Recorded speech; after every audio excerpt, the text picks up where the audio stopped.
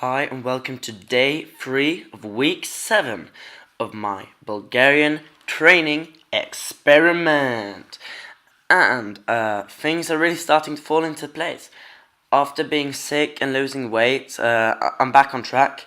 I've just started gaining weight again, and yeah, and I can really feel that I recompositioned during the time I was sick, because I had been pushing my maximum recoverable volume a bit too much, and then I got sick, and I actually grew during the sickness, or at least I gained more muscle, because I'm way stronger now. And yeah, and when I say way stronger, I'm strong on the squat and the deadlift. Not the bench, not the overhead press.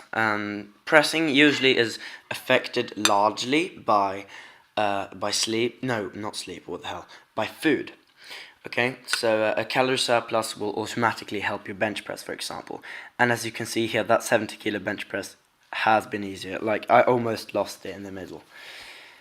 But I got it. By the way, the dog's walking in the background, so that's why there's kind of weird noises. Anyways, here's my back off work, and I flared my elbows too much on the 70 kilo daily minimum, so on the back off work I was really focusing on staying tight and tucking my elbows and not flaring towards the top. And yes, you can technically do that towards the top to get through that sticking point, which is closer to the top, but in my opinion, internally rotating my shoulders while pressing very hard, or sorry, in my experience, it isn't the best thing I can do for my shoulders personally. So I'm just going to have to build more lockout strength with better form. So, and yeah, I did some back off work now, so I hope I can build some tiny little bit of muscle until, wait, now is Wednesday, Thursday, until Friday, so that I can, my last bench workout of the week might be a bit easier. Anyways, sumo deficit deadlift, and the reason I showed that little clip before was to show that when I'm standing on a plate with shoes, I'm actually pretty high up.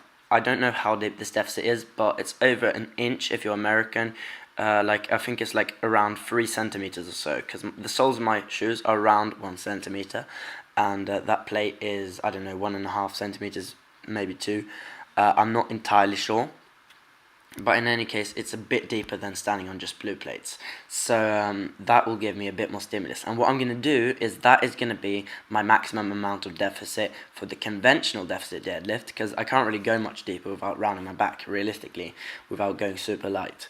And on the sumo, I'm just going to keep going and going deeper and deeper and deeper until 90 kilos on the sumo deficit feels as hard as the conventional deficit, because it'll be so much deeper. Now, I decided to show my accessory exercises today, / weak point training, more weak point training than anything else. And now, I have just started today. Officially, I have started training my neck, my calves, and the heads of the hamstring that is worked on hamstring curls. Forgot what it's named. It's biceps something. But let me think. Biceps. No, whatever. I'm not going to say the wrong thing in the video. I don't want to get shit from anyone. Anyways, so what I'm doing here is I'm doing an AMRAP set, or it's pretty much AMRAP. It's a few reps within failure. I did 20 reps with 22 kilos, and that's pretty pathetic, but we all start somewhere, and I have really weak hamstrings in this position, in this function of the hamstrings. So we're just going to work it up, and it won't take a long time before I'm doing 30 kilos, 40 kilos, know what I mean? Same thing for these calf raises. This is literally a 40 kilogram calf raise.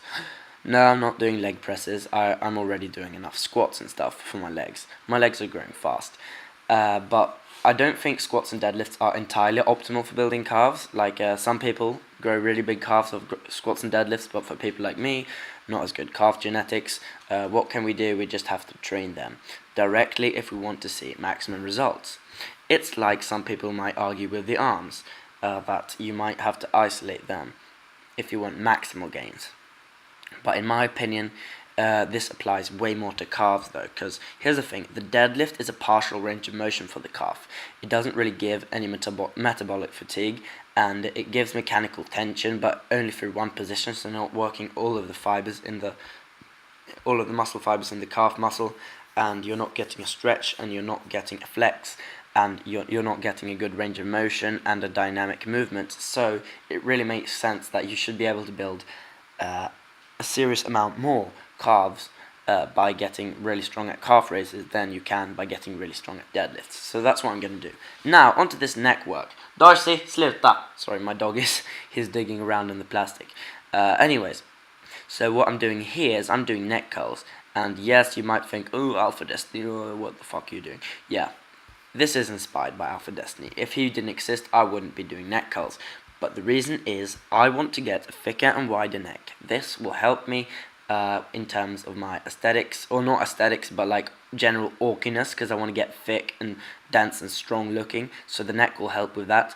Also, I am actually a fighter, a competitive fighter. I might not be the best, but I do get kicked in the head pretty hard, and it will only get harder and harder as I go up in weight and age categories. So I want to keep my brain and my neck safe, so I'm gonna train it. Anyways, goodbye guys.